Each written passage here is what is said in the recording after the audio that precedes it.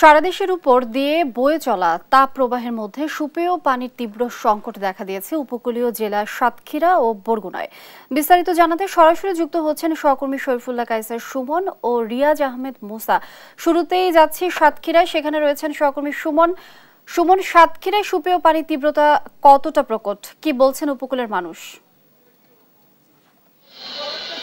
লিনিয়া, ধন্যবাদ আপনাকে। আমি দাঁড়িয়ে আছি সাতক্ষীরার কালেক্টরেট চত্বরের কাছে।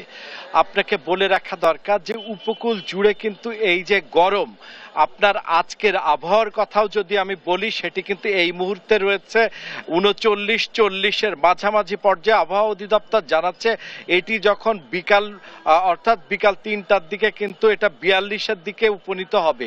এই অবস্থা এবং রৌদ্রুর যে দাবদাহ, তাতে কিন্তু মানুষের মধ্যে পানির যে পিপাসা বা তৃষ্ণা, সেটি কিন্তু তীব্র আকার ধারণ করছে। বিশেষ করে শ্রমজীবী মানুষ যারা এই গরমের মধ্যে রাস্তায় কাজ করতে আসছে, তাদের অবস্থা কিন্তু আরো খারাপ।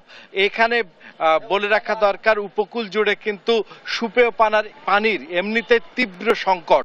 সেখানে উপকূল জুড়ে এমনিতেই লবণাক্ত পানি, তারপরে হচ্ছে পানির এই অভাব মেটাতে এই যে রাস্তার ধারে বিভিন্ন রকম শরবত সহ বিভিন্ন বিশেষ করে লেবু জল বা বিভিন্ন রকম যা পাচ্ছে সেটাই কিন্তু খাচ্ছে। সেটি কতটুকু নিরাপদ তাও কিন্তু বলা যাচ্ছে না।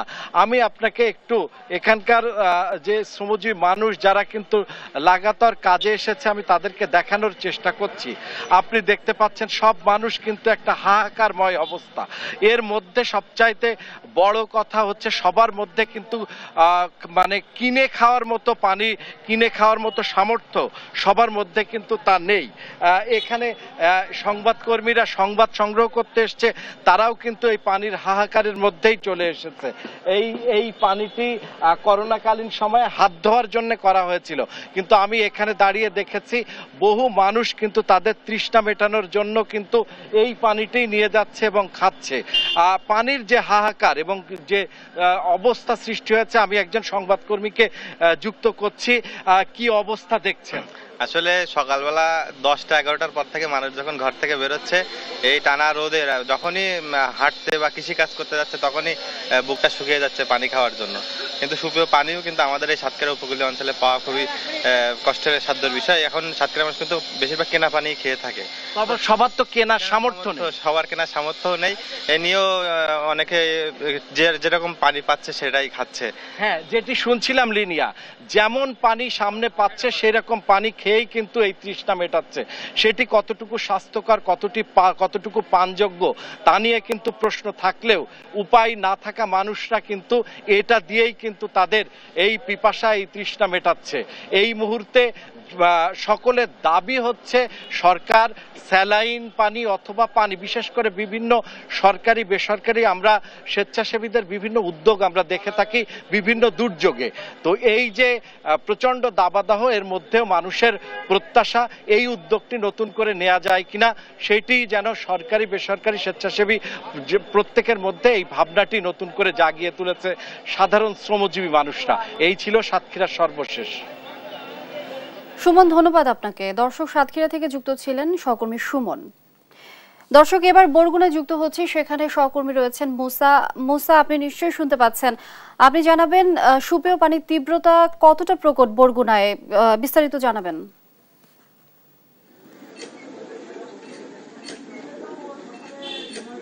অসংখ্য ধন্যবাদ। বৃষ্টিবিহীন বৈশাখ, যে কারণে কিন্তু উপকূল জুড়ে দাবদাহ বয়ে যাচ্ছে। সারা দেশের মতো কিন্তু উপকূলীয় জেলায় কিন্তু সাধারণ যে জীবনযাপন মানুষের, সেটি কিন্তু অনেকটাই স্থবির হয়ে গিয়েছে। একদিকে স্কুল বন্ধ হচ্ছে, অন্যদিকে হসপিটালে কিন্তু সাধারণ মানুষ কিন্তু বারবার ভর্তি হচ্ছে। বরগুনার যে উপকূলীয় জেলায় পানির সংকট, যেটা সুপেয় পানি, সেটি কিন্তু তীব্র থেকে তীব্রতর হচ্ছে।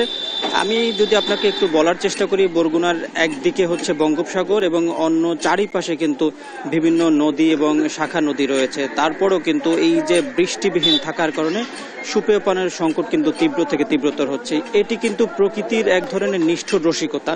পর্যাপ্ত পানি থাকার পরেও কিন্তু পর্যাপ্ত কিন্তু পানি কিন্তু নাই, এবং সে কারণে কিন্তু পানিবাহিত রোগে আক্রান্ত হচ্ছে উপকূলের মানুষ।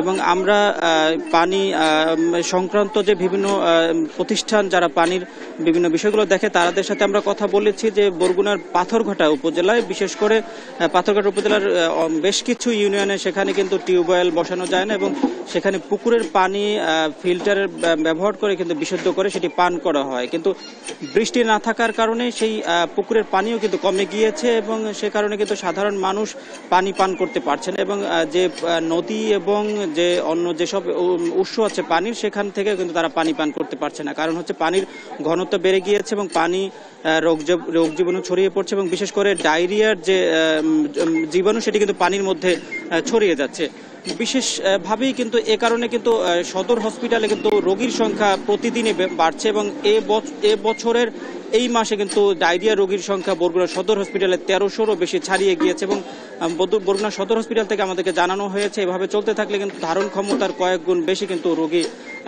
হসপিটালে ভর্তি হবে বলে তারা জানিয়েছেন। এই ছিল বরগুনা থেকে আমার কাছে সর্বশেষ। মুসা, অসংখ্য ধন্যবাদ আপনাকে। দর্শক, বরগুনা থেকে যুক্ত ছিলেন সহকর্মী মুসা।